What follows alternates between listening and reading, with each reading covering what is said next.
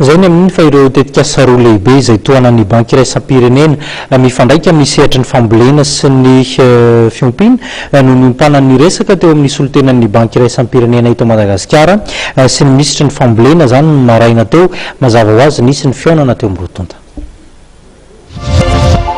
Noraisiny ministry ny fambolena vaovao teny amin'ny biro fiasany Anosy ny maraina teo ny solotena maharitra ny banky iraisam-pirenena eto Madagasikara. Tena ohatra koa zany mijery an'ireo tetikasa zay ratsy ny banky iraisam-pirenena atao amin'ny ministère fambolena sy fiompiana misy tetikasa anankiroa ngesampiny moa atao dia ilay projet CASEF anankiray ary anankiray ilay projet dia mijery zay tena mitankory zareo inona lara-pahamena zay ataoko amin'ny fotoana zay tantarako ity ministère sy nanolotra koa moa zany andreo tompona andraikitra ny eo amin'ny tompona andraikitra manokana zany ny tetikasa mifampiray atỳ amin'ny ministère.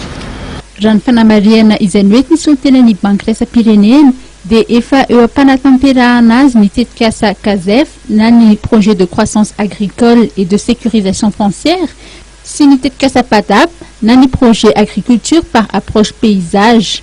Tetikasa izay mitotaly $100,000. Les deux projets ont été mis en vigueur et ont commencé leur mise en œuvre.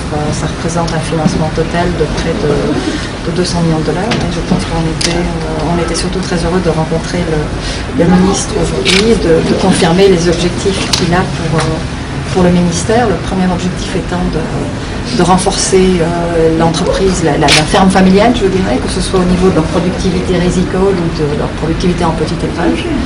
Le deuxième objectif est la sécurisation foncière dans le monde rural, qui est extrêmement important, comme on le sait aussi. Nomariana avy eo anivon'ny banky iraisam-pirenena fa tetikasan'ny fitondrana malagasy ireo fa ny tantsoroka arabola no avy amin'ny banky iraisam-pirenena.